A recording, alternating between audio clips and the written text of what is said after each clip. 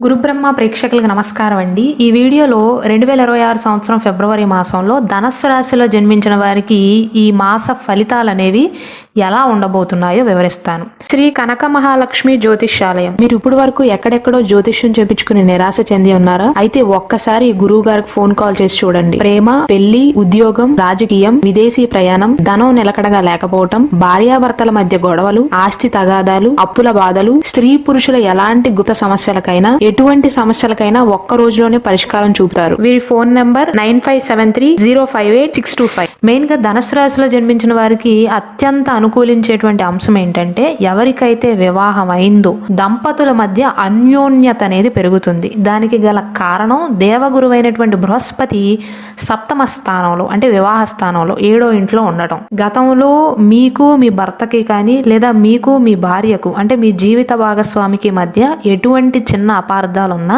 ఈ సమయంలో పరిష్కరించుకునే ప్రయత్నాలు చేయటం ఉత్తమం. అలాగే వివాహం కాని వారు ఎవరైతే ఉన్నారో గురుబలం వల్ల శుభగ్రహం అయినటువంటి గురువే వివాహ స్థానంలో కూర్చున్నాడు కాబట్టి అవివాహితులకు వివాహం కుదిరే అవకాశాలు ఎక్కువగా ఉన్నాయి. జీవిత భాగస్వామితో కలిసి లాంగ్ డ్రైవ్ కు వెళ్ళటం కానీ లేదా గుళ్ళు గోపురాలకు సందర్శించటం కానీ తీర్థయాత్రలకు వెళ్ళటం కానీ చుట్టాలకు సంబంధించినటువంటి శుభ కార్యక్రమాలలో పాల్గొనే అవకాశాలు ఎక్కువగా ఉన్నాయి. అంటే కుటుంబ పరంగా అయితే అనుకూలంగా ఉంటుందండి. అయితే 23వ తారీఖు తర్వాత మీ 3వ స్థానంలో అంటే పరాక్రమ స్థానం అంటారు, అది సిబ్లింగ్స్ కి కూడా సంబంధించినది, అంటే తోబుట్టువులకు కూడా సంబంధించినది.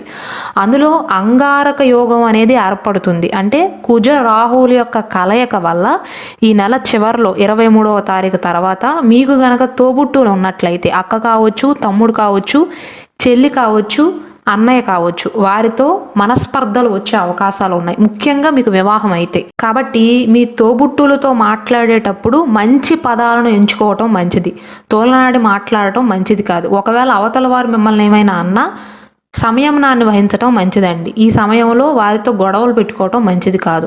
ఈ నెల మొత్తం కాదండి, 23వ తారీఖు తర్వాత. ఒకవేళ మీరు ఉద్యోగం చేస్తున్నా వ్యాపారం చేస్తున్నా కెరీర్ పరంగా ఎలా ఉంటుంది అంటే, టెక్నికల్ రంగాల్లో పనిచేస్తున్న వారికి చాలా అనుకూలంగా ఉంటుంది. అలాగే ఎవరైతే కంటిన్యూస్ సిట్టింగ్ జాబ్స్ చేస్తారో, ఎక్కువసేపు కూర్చునే ఉద్యోగాలు చేస్తారో వారికి కూడా చాలా అనుకూలమైనటువంటి గ్రహస్థితి అనేది కనబడుతుంది. అలాగే ఈ 3వ స్థానం అనేది తోబుట్టువులతో పాటుగా కమ్యూనికేషన్ కి కూడా సంబంధించినది. కావున మీ వృత్తికి సంబంధించి క్లయింట్స్ తో ఏమైనా డీలింగ్ ఉన్నా, ఏదైనా మాట్లాడే విషయం ఉన్నా, ప్రజెంటేషన్స్ ఏమైనా ఇవ్వాల్సి ఉన్నా, నాలెడ్జ్ ట్రాన్స్ఫర్స్ ఏమైనా చేయాల్సి ఉన్నా, కొత్త ప్రాజెక్టుల గురించి మాట్లాడాల్సి ఉన్నా చాలా అనుకూలంగా ఉంటుంది. అంటే మీరు మాట్లాడేటప్పుడు ప్రెజెన్స్ ఆఫ్ మైండ్ అనేది బాగుంటుందండి.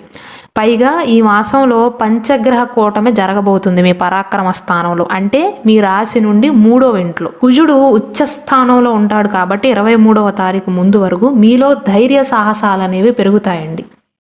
ఆత్మవిశ్వాసం అనేది పెరుగుతుంది. మీడియా, రైటింగ్, మార్కెటింగ్ రంగాల్లో ఉన్నవారికి అత్యంత అనుకూలమైనటువంటి సమయంగా చెప్పవచ్చు.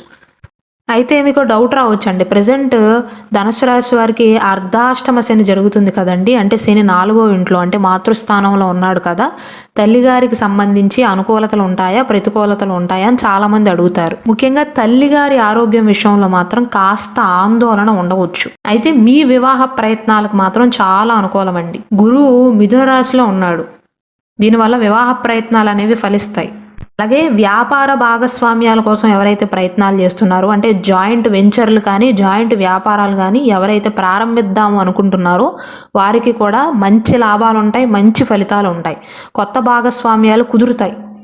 అయితే అర్ధాష్టమ శని ప్రభావం జరుగుతుంది కాబట్టి హౌస్ కన్స్ట్రక్షన్ రిలేటెడ్ యాక్టివిటీస్ ఏమైనా ఉన్నట్లయితే, అంటే మీరు ఒకవేళ కొత్త ఇంటిని కడుతున్నా అందులో జాప్యం ఉంటుందండి, పనులు అనేవి నిదానంగా సాగుతాయి. అలాగే మీ వంశపారపర్యంగా మీకు వచ్చేటువంటి ఆస్తుల విషయంలో ఏదైనా రిజిస్ట్రేషన్స్ చేయాల్సి ఉన్నా ఆ విషయాల్లో కూడా పనులు అనేవి నత్తనడకంగా సాగుతాయి. అంటే మాతృకారక స్థిరాస్తి విషయాల్లోనూ కుటుంబ విషయాలు అంటే గృహానికి సంబంధించినటువంటి విషయాల్లో ఏ పనులైనా సరే ఈ అర్ధాష్టమ శని జరుగుతున్న సమయంలో పనులు చాలా స్లోగా అవుతాయి. కెరీర్ పరంగా అయితే అనుకూలంగానే ఉంటుంది. ఒకవేళ మీరు ఏదైనా కొత్త ఉద్యోగ ప్రయత్నాలు చేస్తున్నా దానికి కూడా అనుకూలంగానే ఉంటుందండి. ఆల్రెడీ ఉద్యోగం చేస్తూ మెరుగైన ఉద్యోగ ప్రయత్నాలు చేస్తున్న వారికి అనుకూలంగానే ఉంటుంది, నూతన ఉద్యోగ ప్రయత్నాలు చేస్తున్న వారికి కూడా అనుకూలంగానే ఉంటుంది. ఈ ఫిబ్రవరి మాసంలో ధనుసు రాశి వారికి అన్నిటికంటే మెయిన్ నెగిటివ్ పాయింట్ ఏంటంటే అర్ధాష్టమ శని ప్రభావం ఉండటం, అలాగే 3వ ఇంట్లో 23వ తారీఖు తర్వాత అంగారక యోగం అనేది జరగటం, దానివల్ల తోబుట్టువులతో మనస్పర్ధలు రావటం, 4వ ఇంట్లో శని ఉండటం వల్ల కుటుంబానికి సంబంధించినటువంటి విషయాల్లో డిలే ఉంటుంది, జాప్యం ఉంటుంది. అలాగే తల్లిగారి ఆరోగ్యం విషయంలో కూడా జాగ్రత్తలు తీసుకోవాలి. సూర్యుడు పరాక్రమ స్థానంలో ఉంటాడు కాబట్టి నెల 13వ తారీఖు వరకు మీలో ధైర్యం పెరుగుతుంది, ప్రభుత్వం నుండి మద్దతు లభిస్తుంది. 7వ ఇంట్లో గురువు ఉన్నాడు కాబట్టి వివాహపరంగా అనుకూలంగానే ఉంటుంది, అలాగే వ్యాపార పరంగా మద్దతునిస్తాడు. కుటుంబ బాధ్యతలు మాత్రం ఈ సంవత్సరంలో ధనుసు రాశి వారు ఎక్కువగా మోయవలసి వస్తుంది. గతకాలం కంటే కూడా ఈ సంవత్సరంలో, కేవలం ఈ మాసంలో మాత్రమే కాదండి, ఈ సంవత్సరంలో కుటుంబానికి సంబంధించినటువంటి బాధ్యతలు మీ తలపైన పడతాయి. విద్యాపరంగా చూసుకున్నట్లయితే 4వ స్థానంలో ఉండేటువంటి శని అంటే అర్ధాష్టమ శని ఆటంకాలను ఇచ్చినప్పటికీ కూడా గురువు అనుకూలిస్తున్నాడు కాబట్టి, 7వ ఇంట్లో గురువు మీ రాశిని వీక్షిస్తున్నాడు కాబట్టి విద్యాపరమైనటువంటి విషయాలలో ఎటువంటి ఆటంకాలు వచ్చినప్పటికీ కూడా అన్నిటినీ దాటవేయగలుగుతారు విద్యార్థులు. ఉన్నత విద్యను అభ్యసించే వారికి కూడా కొంత గందరగోళ వాతావరణం ఏర్పడినప్పటికీ కూడా అనుకూలమైనటువంటి గోచారం ఉంటుంది. విద్యాపరంగా విద్యార్థులు భయపడవలసినటువంటి అవసరం లేదండి. కాంపిటేటివ్ ఎగ్జామ్స్లో కూడా అనుకూలంగానే ఉంటుంది. అయితే 23వ తారీఖు తర్వాత నుండి మాత్రం పిల్లలైనా పెద్దలైనా కొంచెం జాగ్రత్తలు తీసుకోవాలి. ఇక పరిహారాల విషయానికి వస్తే శనికి సంబంధించినటువంటి పరిహారాలను పాటించడం మంచిదండి. వీలైనట్లయితే మీ జాతకానికి సంబంధించినటువంటి అదృష్ట జాతక రత్నాన్ని ధరించండి. అలాగే శని ప్రభావం నుండి విముక్తి కలగటానికి శనికి సంబంధించినటువంటి వస్తువులు లేని వారికి దానం ఇవ్వండి. ఉన్నవారికి దానం ఇస్తే ఎటువంటి ప్రతిఫలం ఉండదండి.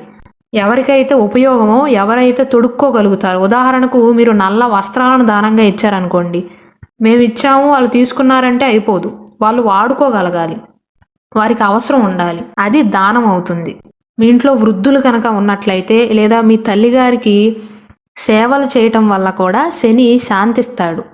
మీ ఇంట్లో వయసు పైబడిన వారు ఉన్నా వారికి సేవలు చేయండి.